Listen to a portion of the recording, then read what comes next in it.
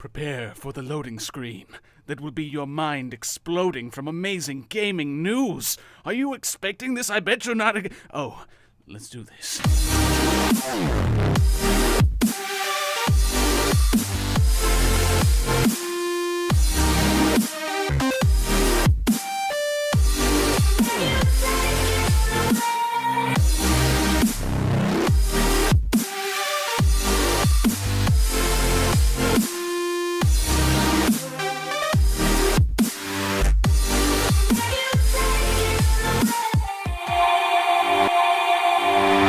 Welcome to Respawn TV, where I get to remind myself of what it was like to work 13-hour shifts at Worlds of Fun and stand the entire time with no chance of sitting. I'm partnered here with Moose Bland, who's also been standing for a while, but he got to walk around because he had to help out other people with things before the show started. How's it going, Moose? You worked at Worlds of Fun? Yeah. Worked on the Fury of the Nile. Legit. I did too, but I got fired. Seriously, I did. I almost got fired, but it was my last day, so they were. No, like, I got fired. Either way, welcome to Respawn TV. Like you said, here's Brendan McKenna. I am Moose Bland, and we are your hookup, your only hookup for all the gaming news. Let's get started with the new Pokemon announcement. Why? Okay, new Pokemon announcement.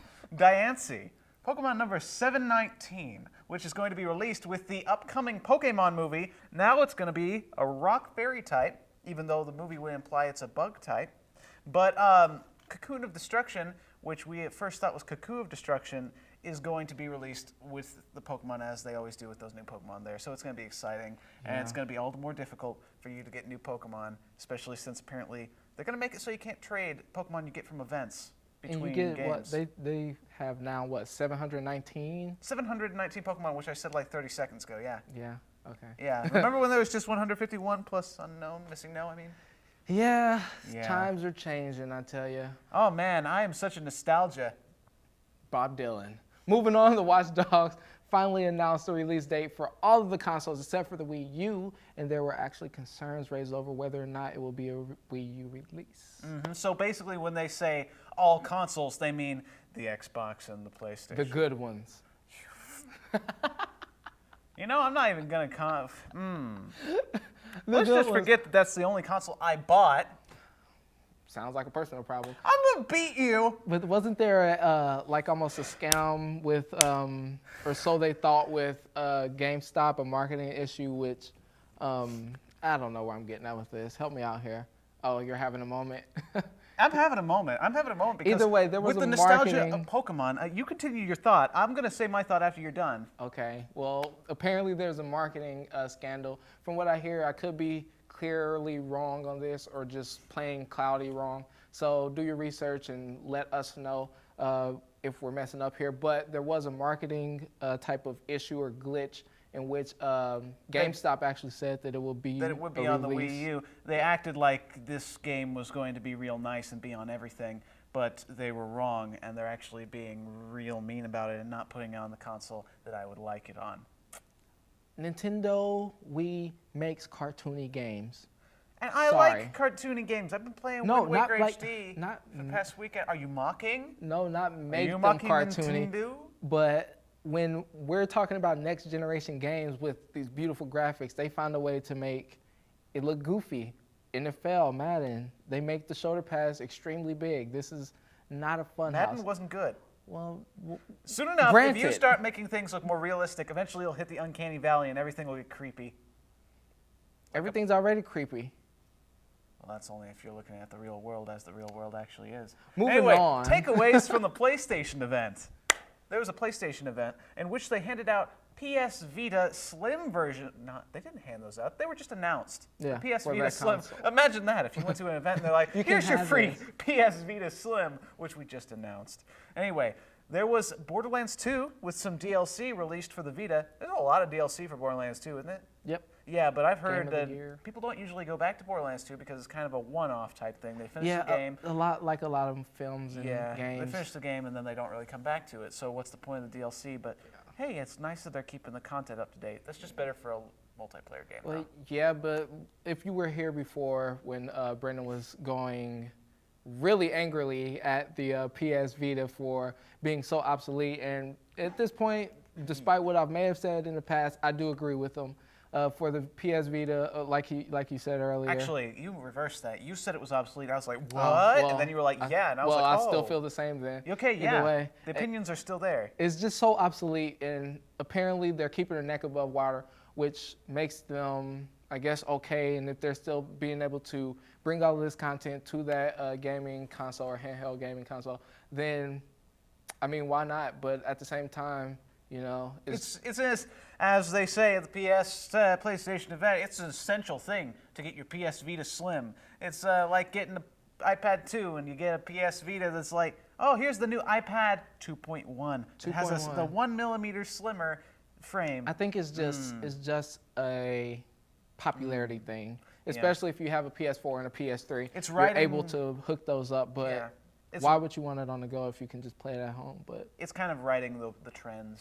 Yeah, I don't ride the trends very often, so. I mean, sometimes it just becomes costly. Yeah, but anyway, that happened at a PlayStation event. That was pretty cool.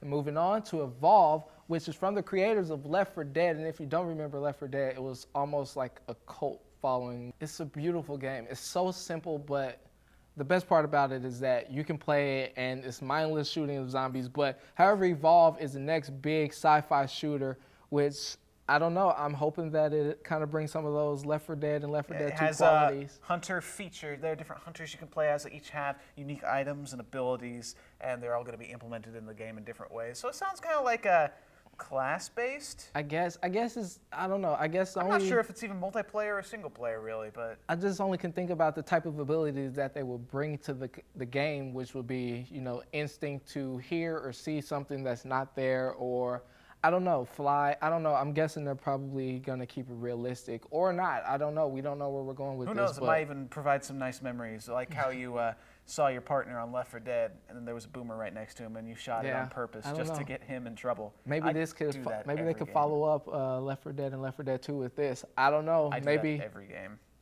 I'm not a good team player. Nobody's ever a good team player. I'm a lone wolf. You always I'm a lone wolf. Throw them to them. Duh. Let's move on with Titanfall.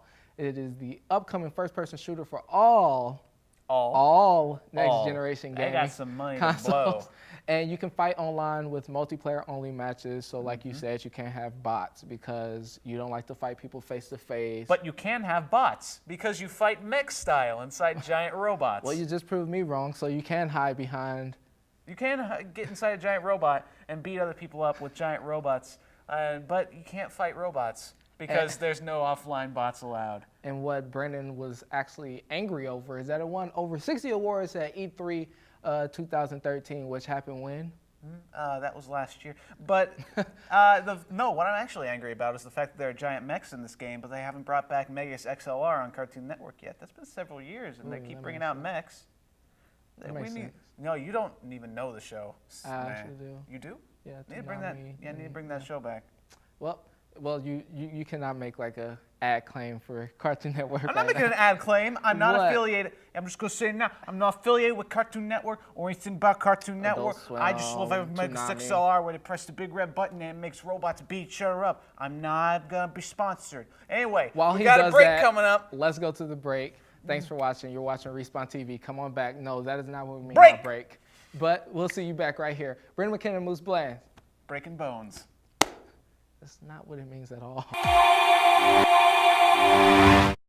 Welcome to the very first episode of Beyond the Controller. My name is Taylor Harden, and you're watching Respawn TV. Today we'll be going over the scenes of the highly anticipated game coming out later this year, Watch Dogs. Watch Dogs not only looks amazing, it feels amazing too, with fluid motion capture. The motion capture system allows the developers to use more realistic footage without having to do a lot of editing. The motions in the game are usually provided by actors to get the necessary footage. This translates to better looking animation and realistic motion in the game. Aiden's outfit moves with him, and when he puts his hands in his pockets, you can actually see the cloth moving with the animation.